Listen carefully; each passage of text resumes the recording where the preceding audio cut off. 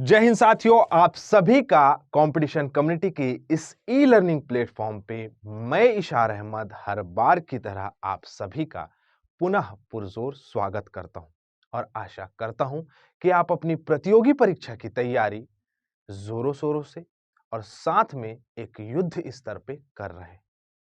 और साथियों, हर सप्ताह की तरह इस सप्ताह में भी पिछले बीते दिनों के सप्ताह के अति महत्वपूर्ण करंट अफेयर जो कि हमारे प्रतियोगी परीक्षा के लिए बहुत ही महत्वपूर्ण है, वो प्रश्न, वो क्वेश्चंस, वो करंट अफेयर हम लेकर आए हैं।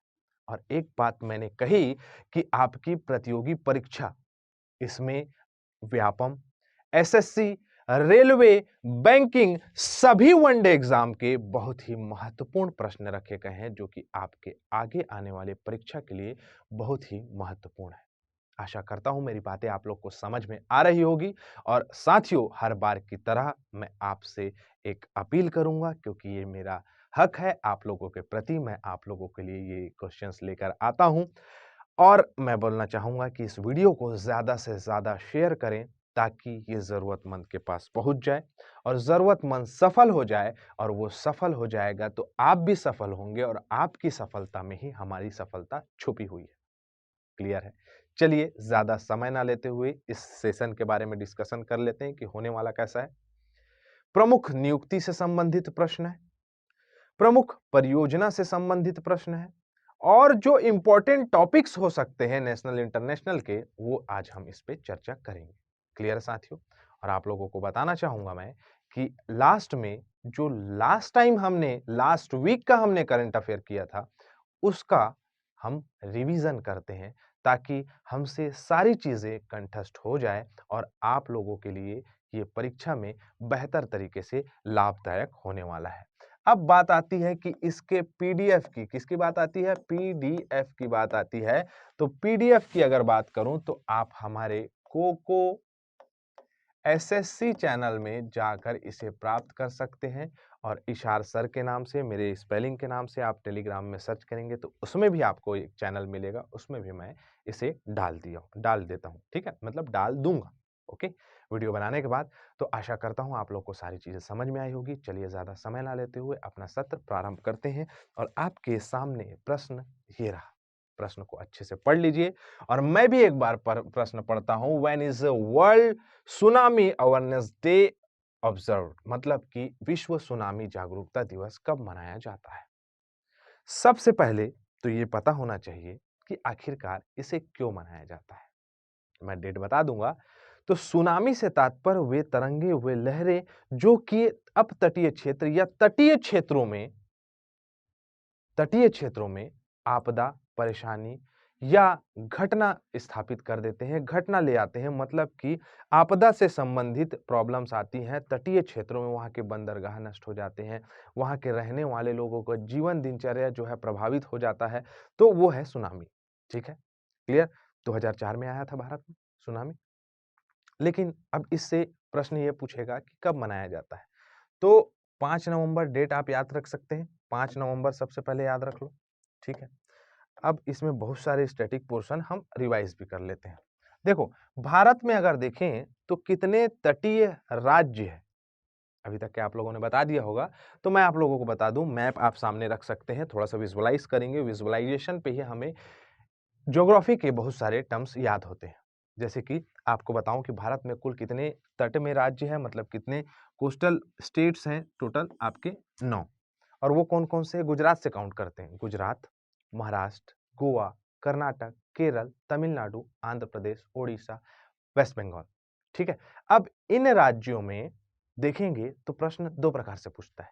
पहला प्रश्न कौन सा पूछेगा कि भारत का सबसे लंबा तटीय रेखा वाला या इसका सबसे लंबा तटीय जो है आपका लाइन है, तटीय रेखा जिसकी सबसे ज्यादा लंबी है, वो कौन सा है? तो गुजरात है। और सबसे छोटा राज्य कौन सा है? तो सबसे छोटा राज्य कौन सा है आपका? गोवा है। तो इस प्रकार के प्रश्न पूछे जाते हैं। तो हम स्टैटिक पोर्शन चर्चा कर लिए। ठीक है, तो आइए इसके स्टैटिक और डायनेमिक पोर्शन को देखें कि 5 नवंबर को विश्व सुनामी दिवस मनाया जाता है। क्यों मनाया जाता है? कि आम लोगों को सुनामी जैसी घातक आपदा के कारण या आपदा के बारे में जागरूकता पैदा करना। क्या है भाई? अब मान के चलो जो तटीय प्रदेश में लोग रहते हैं, तटीय मैदान वाले क्षेत्रों में जो लोग रहते हैं, तो समुद्र का, जैसे कि हमारा भारत है, इस प्रकार से हम समझ सकते हैं। छोटा सा यहाँ पर भारत का तटीय भाग मैंने बना लिया, ठीक है। यहाँ पर से आपका ऐसे गुजरात हो गया, ठीक। तो यहाँ जितने भी एरियाज हैं, जितने भी आपके क्या बोलते हैं राज्य हैं, वो तो इस क्षेत्र से प्रभावित होते ही है। तो उनमें ये जागरूकता पहले से ही पैदा कर देना, आपदा से पहले ही से पैदा कर मतलब कर देना, आपदा कभी मत आए भाई, कभी उनको परेशानी ना हो, लेकिन पहले से इतनी जागरूकता पैदा कर देना ताकि जो है आपका उनको अपने जीवन में परेशानी का सामना ना करना पड़े। जैसे कि आप यहाँ देख सकते हैं, यहाँ आपको अरेबियन सी मिलेगा, मतलब अरब सागर, नीचे में इंडियन ओशियन है, हिंद महासागर, और इधर है बे ऑफ बंगाल, मतलब बंगाल की खाड़ी। तो यहाँ से प्रभावित क्षेत्र, यहाँ से लोग जो ये इस क्षेत्र में जो रहते हैं, उन लोगों को जागरूकता फैलाना, ठीक है, क्लियर। उसके बाद सुनामी की बात करें तो ऐसी तरंगे जो समुद्र तटीय क्षेत्र, बंदरगाहों को प्रभावित करती है, सुनामी कहलाती है। अन्य दिवस, अंतर्राष्ट्रीय बायोस्फीयर रिजर्व दिवस 3 नवंबर को मनाया जाता है। हमारे भारत में कितने बायोस्फीयर रिजर्व हैं? टोटल 18। कितने हैं? 18। वो बायोस्फीयर रिजर्व पूरा याद होना चाहिए, आप लोगों को पूछता है वो, ठीक है। मतलब कैसे पूछेगा कि आपका पूछेगा कि सिमलीपाल बायोस्फीयर रिजर्व कहाँ है, ठीक है। तो आप लोग क्या बताओगे? कमेंट बॉक्स में बताना। उड़ीसा में, अरे मैं तो बता दिया, उड़ीसा में है सिमलीपाल, लेकिन आपको बोलेगा पंचमढ़ी और पन्ना किस राज्य में है? लो चलो बताओ जल्दी से कमेंट बॉक्स में, क्लियर। चलो आ जाओ अगले प्रश्न की ओर। और अगला प्रश्न हमारे स्क्रीन पे ये रहा।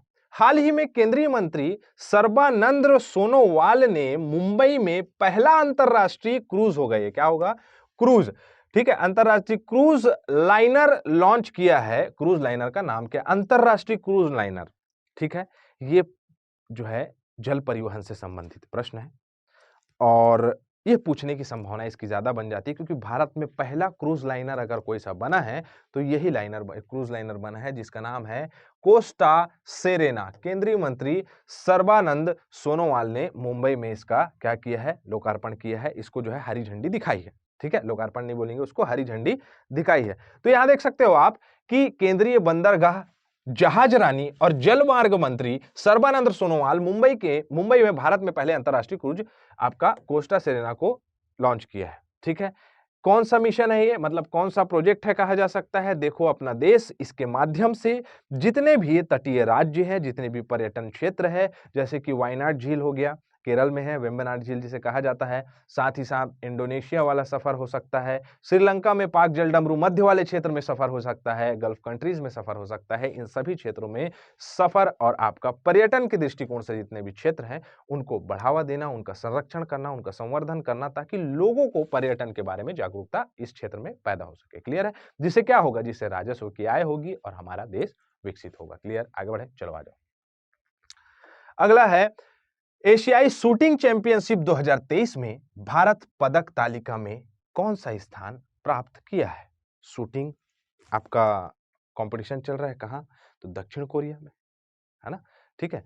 तो आपका पहले बताता हूँ, दक्षिण कोरिया में नहीं जी, दक्षिण कोरिया कहाँ बोल रहा हूँ, हाँ दक्षिण कोरिया सही तो बोला हूँ भाई, ठीक है, सही बोल रहा हूँ, हो जाता है कभी कभी। दक्षिण कोरिया में तो दूसरा स्थान प्राप्त हुआ है, ठीक है। तो दूसरा स्थान आप लोगों को याद रखना है शूटिंग चैंपियनशिप में, जिसमें दक्षिण कोरिया तीसरे स्थान में होगा। देखो, साउथ कोरिया तीसरे स्थान में है, चाइना हमेशा की तरह पहले नंबर में है। 1961 में से स्टार्ट किया गया था एशियन शूटिंग चैंपियनशिप में। आयोजनकर्ता कौन है? तो एशियन शूटिंग कॉन्फेडरेशन इसका आयोजन करता है। 21 स्वर्ण, 21 रजत और 13 कांस्य पदक के साथ भारत दूसरे पायदान में रहा है। क्लियर हुआ? ओके, वीडियो को शेयर कर दो फिर, ठीक। आ जाओ अगला बढ़ते हैं आगे। अगला है, हाल ही में भारत का मुख्य चुनाव आयुक्त किसे नियुक्त किया गया है? ठीक है, चुनाव आयुक्त नहीं भाई, सूचना आयुक्त है। मैं भी चुनाव आयुक्त बोल रहा हूं। चलो, चुनाव आयुक्त कौन है ये बताना आप कमेंट बॉक्स में। चलो, हाल ही में भारत के मुख्य सूचना आयुक्त जो है राजस्थान के हीरालाल समारिया को बनाया गया है। द्रौपदी मुर्मू जी ने इन्हें शपथ दिलाई नवंबर माह में। और सूचना आयुक्त का अगर हम देखें, केंद्रीय सूचना आयोग या सूचना आयुक्त का कार्यकाल कितना होता है? तो 3 वर्ष या 3 वर्ष तक के होता है हाईली, और 65 वर्ष की आयु तक के, जो भी पहले होगा वो हो जाएगा। मुख्य सूचना आयुक्त पहले कौन है? तो वजाहत हबीबुल्लाह पहले सूचना आयुक्त रहे हैं। क्लियर है? वैसे कि मैंने बताया कि राजस्थान के हीरालाल समारिया को मुख्य सूचना आयुक्त बनाया गया है। द्रौपदी मुर्मू जी ने इन्हें शपथ दिलाया और हीरालाल यशवर्धन कुमार सिन्हा का स्थान लिए हैं। इस प्रकार के प्रश्न भी पूछते हैं कि किसका स्थान लिए हैं, तो यशवर्धन सिन्हा लास्ट थे। ठीक है, अब कौन है, तो आपका हीरालाल जी। क्लियर? हीरालाल समारिया जी। क्लियर? आगे बढ़ते हैं। महिला एशियाई हॉकी चैंपियंस ट्रॉफी 2023 किसे ने जीता है? ठीक है किसे जीती ये हो गया है, किसने जीता होगा ये वहां पर। ठीक है, टाइपिंग मिस्टेक हो जाता है, उससे फर्क पड़ता है क्या? नहीं पड़ता ना। ठीक है, चलो आ जाओ तो किसने जीता है? नन अदर देन हमारी भारतीय वीरांगनाओं ने, मतलब भारतीय टीम ने महिला एशियाई हॉकी चैंपियनशिप में को जीता है। झारखंड में इसे आयोजित कराया जा रहा था, रांची में, और भारत ने इसे जीत लिया है। किसको हराकर? तो जापान को हराया है 4-0 से। ओके, महिला एशिया हॉकी टीम आपका 2023 जो है वो 7th एडिशन था, झारखंड भारत में हुआ। 6 टीम आई थी टोटल, जापान, कोरिया, चीन, मलेशिया, थाईलैंड और इंडिया। उसके बाद शीर्ष स्कोरर रही है जियाकी झोंग, जो कि चीन की थी, नौवा जो है ना, इनको जो है आपका नाम मतलब इनको शीर्ष स्कोरर माना गया है, मतलब इसको मतलब क्या बोलते हैं जी, ट्रॉफी मिला है। ठीक है, 2010 में सबसे पहला स्टार्ट हुआ था। क्लियर? आगे बढ़े, चलो आगे बढ़े। अगला है, हाल ही में अंतरराष्ट्रीय सौर गठबंधन का 95th सदस्य कौन सा देश बना है? सबसे पहले तो ये बताओ, अंतरराष्ट्रीय सौर गठबंधन क्या होता है? इसको समझना पड़ेगा मेरे साथियों, एकदम ध्यान से और समर्पित होकर समझना है। आओ समझाता हूं, समझो।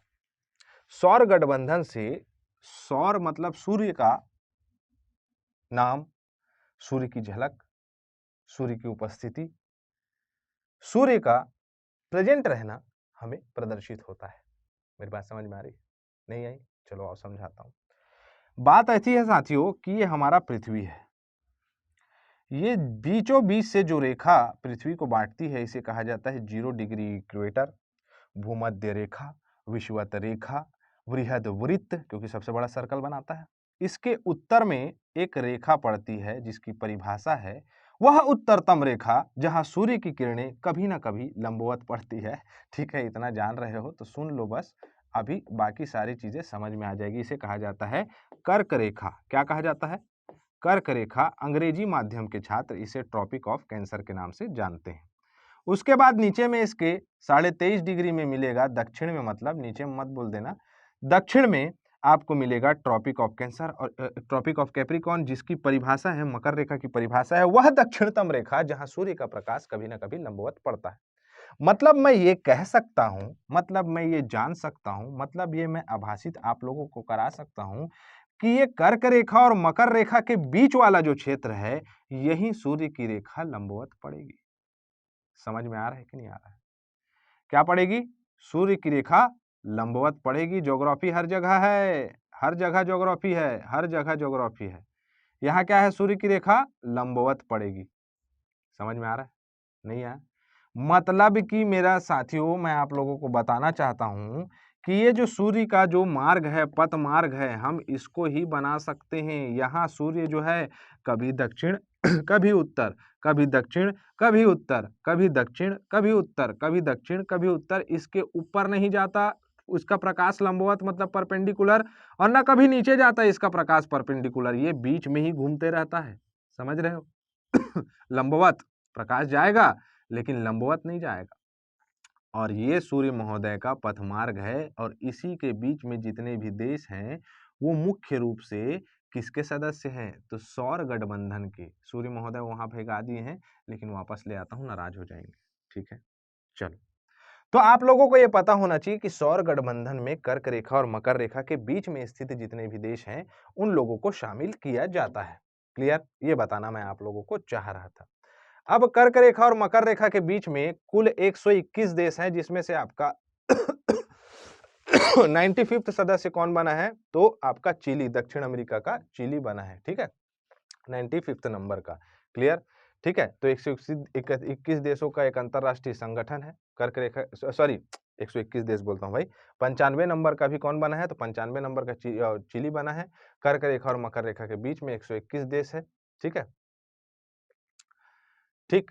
तो इसमें जो है मुख्य रूप से देखा जाए तो क्या है, इसका मतलब स्थापना 2015 में हुआ, गुरुग्राम हरियाणा में इसका ऑफिस है। इंडिया और फ्रांस के बीच में इसे जो है आपका इंडिया और फ्रेंच के बीच में इसका क्या है, इसके सहयोग से जो है ये बना है। क्लियर है। सदस्य क्या करना है, तो सौर ऊर्जा को प्रोत्साहित करना है, इसका मुख्य उद्देश्य है। क्लियर है। सदस्य देशों और सौर ऊर्जा को प्रौद्योगिकों को हस्तांतरित करना है, सुविधा प्रदान करना है, इसका मुख्य उद्देश्य है, जिसमें से चिली को 95 नंबर का शामिल किया गया है। ठीक है, क्लियर।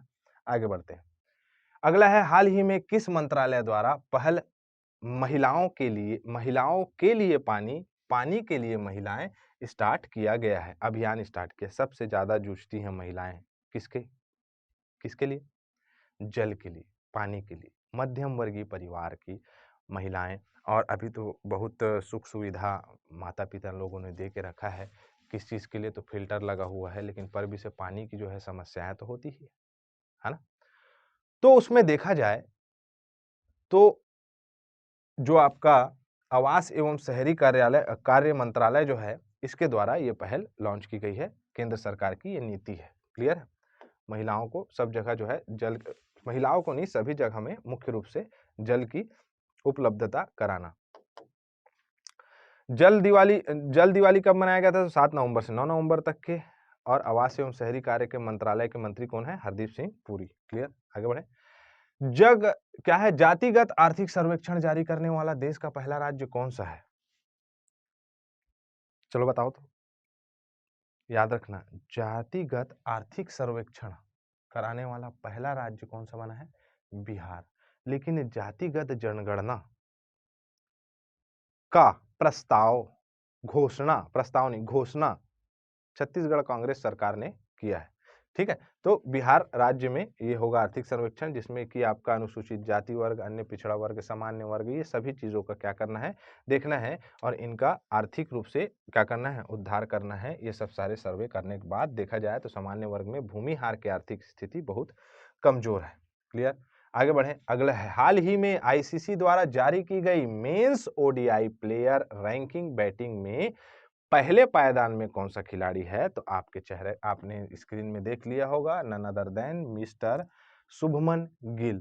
ठीक है। 830 पॉइंट के साथ पहले नंबर में है। ठीक है। अगर बॉलर में बात होगी तो मोहम्मद सिराज, ये भी कौन है? हमारे आपके भारतीय क्रिकेट मतलब क्रिकेट टीम के खिलाड़ी हैं। ठीक है। क्या नाम से बुलाते हैं इनको? मियां भाई। ठीक। चलो आ जाओ। तो इस प्रकार से आप देख सकते हो। क्लियर। आगे बढ़े। कृषि समाचार निगरानी के लिए लॉन्च किया गया भारत का पहला एआई समाधान का नाम क्या है? ये आर्टिफिशियल आपका इंटेलिजेंस पोर्टल है, जिसके माध्यम से कृषि में होने वाली कृषि प्रणाली में चलने वाली सभी प्रक्रियाओं पे ये गौर भी करेगा और इंफॉर्मेशन भी देगा। क्या बोल रहा है? कृषि समाचार प्रदान करेगा। किसान को किस प्रकार के उपकरण उपयोग करने चाहिए, उन सभी उपकरणों की जानकारी प्रदान करेगा। किसान को किस प्रकार की फसलों का उपयोग करना चाहिए, किस प्रकार के फसल बोना चाहिए, बेसिकली ये कह सकते हैं, तो उन सभी चीजों के बारे में ये अपडेट करेगा। और आर्टिफिशियल इंटेलिजेंस के बारे में इससे पहले भी मैंने इंद्रजाल के बारे में बताया था, जो कि भारत का पहला आर्टिफिशियल इंटेलिजेंस का ड्रोन सिस्टम था, जो कि अपने देखा जाए तो नेविगेशन सिस्टम से, अपने रडार सिस्टम से बहुत सारे जो भी बाहरी आक्रमणकारी है उनसे क्या करेगा? प्रोटेक्ट कर लेगा। समझ रहे हो? ठीक है। तो ये मुख्य रूप से इसका नाम क्या है? तो इसका नाम है एग्रीकल्चर 24/7। इसका नाम है, ये अपनी कृत्रिम बुद्धि के साथ, आर्टिफिशियल इंटेलिजेंस के साथ सभी चीजों से अपडेट कराएगा किसानों को और बाकी जितने भी कृषि से संबंधित लोग हैं उन्हें। ठीक है। आगे बढ़े। क्लियर। कृषि और किसान कल्याण मंत्रालय ने स्वचालित कृषि समाचार निगरानी और विश्लेषण के लिए भारत का पहला एआई आपका कृत्रिम बुद्धिमत्ता संचालित समाधान कृषि 24/7 लॉन्च किया है। ठीक है। कृषि कल्याण का विभाग के अंतर्गत आता है। मुंबई में जो है आपका इसका निर्माण किया गया है ना। सभी बहुत सारी भाषाओं में अनुवाद करेगा। ठीक है। जैसे कि मैंने बताया कि किसान को उपकरण कौन से लेने चाहिए, रक्षा करने के लिए क्या है, बेहतर निर्णय क्या लेना है, प्रबंधन कैसे करना, मैनेजमेंट भी इवन इसमें शामिल है ना, किस प्रकार का मैनेजमेंट करना चाहिए, ये सभी सारी चीजें इसमें सम्मिलित है। क्लियर। क्या नाम है उसका? तो कृषि 24/7 एग्रीकल्चर 24/7 आर्टिफिशियल इंटेलिजेंस पोर्टल है। हाल ही में किसे भारत का महासर्वेक्षक नियुक्त किया गया है? तो हितेश कुमार एस मकवाना को जो है आपका नियुक्त किया गया है। कच्छ वाले क्षेत्र के नजर आते हैं, मकवाना वहीं के लोगों का सरनेम होता है। ठीक है, तो इन्हें क्या किया गया है? आपका नियुक्त किया गया है। कब के हैं? तो 1995 के आईएएस बैच के तमिलनाडु कैडर के अधिकारी रहे हैं। क्लियर? ठीक है, आगे बढ़े। उत्तराखंड की स्थापना दिवस कब मनाया जाता है? कब मनाया जाता है? देख लिए होगे, 9 नवंबर को मनाया जाता है। बार बार बोल रहा हूँ, पीडीएफ अगर इसमें आप लोगों को दिक्कत है, समस्या है, तो 144 में चला रहे हो, 180 144 मेगापिक्सल में चला रहे हो, तो पीडीएफ आप लोग को फ्री ऑफ कॉस्ट कहाँ मिलेगा? तो आप लोगों को मिलेगा कोको एसएससी के टेलीग्राम चैनल पे। ठीक है, आप जा सकते हैं, वहां सब्सक्राइब कर सकते हैं, मेरा नाम सर्च भी करेंगे तो मैं भी आप लोगों को टेलीग्राम चैनल मिल जाएगा। रिक्वेस्ट आप भेजेंगे, मैं एक्सेप्ट करूंगा, देन आप लोग को मिल जाएगा पीडीएफ। क्लियर? ठीक है, तो उत्तराखंड की बात करें तो देहरादून इसकी राजधानी है। लेफ्टिनेंट जनरल गुरमीत सिंह यहाँ के गवर्नर हैं। चीफ मिनिस्टर यहाँ के हैं श्री पुष्पाकर सिंह धामी। ठीक है, उत्तराखंड के स्थापना दिवस कब था? तो 9 नवंबर 2000 को ये बना था। ठीक है, 2000 में कौन कौन से राज्य बने थे? तो छत्तीसगढ़, उत्तराखंड और झारखंड। ठीक है, ये उत्तराखंड किससे हट के बना था? तो आपका यूपी से। पहले इसका नाम क्या था उत्तराखंड का? तो उत्तरांचल था। 2007 में इसका नाम परिवर्तित किया गया है। क्लियर? आगे बढ़े, आ जाओ। हाल ही में बैलन डी ओर 2023 अवार्ड किसी खिलाड़ी को दिया गया है? रिवीजन चालू हो गया है, तो बिल्कुल अपनी रिवीजन भी चालू कर दीजिए। तो लियोनल मेसी जी को दिया गया है। वो फुटबॉल का बहुत ही आपका सुसज्जित पुरस्कार है। ठीक है, सतर्कता जागरूकता सप्ताह 2023 का थीम क्या था? भ्रष्टाचार का विरोध करें, राष्ट्र के प्रति समर्पित रहें। सेंट्रल विजिलेंस कमीशन ने इसे स्टार्ट किया है। कब से कब चला है? तो चला है ये 30 अक्टूबर से 5 नवंबर तक के, तो आप लोगों को याद रखना है ये। क्लियर है? केंद्रीय सतर्कता आयोग वर्तमान कब किसके आपका समिति के मतलब अनुशंसा पे ये किया गया था? तो संधानम समिति के अनुशंसा में किया गया था फरवरी 1964 में। और प्रवीण कुमार श्रीवास्तव वर्तमान के इसके आयुक्त हैं। क्लियर है? Central vigilance commission. क्लियर? अगला है, हाल ही में किस कंपनी ने भारत में पहली सैटेलाइट आधारित गीगाबाइट ब्रॉडबैंड सेवा की शुरुआत की है? तो आपको पता होना चाहिए, रिलायंस जियो ने स्टार्ट किया है। ठीक है, सभी क्षेत्रों में जहां पर नहीं पहुंच पा रही है सुविधा, वहां तक की ये सुविधाओं को पहुंचा सके। क्लियर? ओके, आगे बढ़े, चलो आ जाओ। अगला देखें तो ये देख सकते हैं, आपका मोदी जी खड़े हुए हैं अंबानी जी के साथ। 1 नवंबर को मध्य प्रदेश स्थापना दिवस मनाया जाता है। मध्य प्रदेश की स्थापना कब हुई थी? तो बताया था 1956 में हुई थी। क्लियर है? 1956 में 2 राज्य बने थे। आओ दिखाता हूँ। पहला कौन बना था? तो आपका सॉरी, हाँ, सही तो बोल रहा हूँ भाई। केरल राज्य है, सॉरी, आंध्र प्रदेश है और आपका मध्य प्रदेश है। आंध्र प्रदेश और मध्य प्रदेश। ठीक है, उसके बाद 1 नवंबर 1956 में केरल आपके स्थापना दिवस मनाया जाता है। 3 राज्य याद कर लेना भैया। 2 राज्य इसमें है 1966 में हरियाणा और पंजाब। छत्तीसगढ़ 1 नवंबर 2000 को और 9 नवंबर 2000 को उत्तराखंड। पढ़े हैं पिछली बार अभी क्वेश्चन में। अमृत वाटिका और अमृत महोत्सव स्मारक किस स्थान पर बनाया गया है? तो नई दिल्ली में बनाया गया है। सभी जगह से मिट्टी लाके एक कलश का निर्माण किया है, जिसको आप देख सकते हैं मोदी जी उसमें एक राष्ट्रीय एकता के प्रति आपका बढ़ावा देते हुए जागरूकता फैला रहे हैं। हाल ही में संयुक्त राष्ट्र महासभा में गाजा प्रस्ताव मंजूरी दी है। किसने दी है? किसके द्वारा ये लाया गया था प्रस्ताव? तो जॉर्डन के द्वारा लाया गया था। जॉर्डन के द्वारा इसलिए लाया गया था क्योंकि इसराइलियों द्वारा फिलीपींस में जो है आपका फिलिस्तीनियों पे बहुत ज्यादा आपका हमला किया जा रहा है। ठीक है, आगे बढ़े, चलो आ जाओ।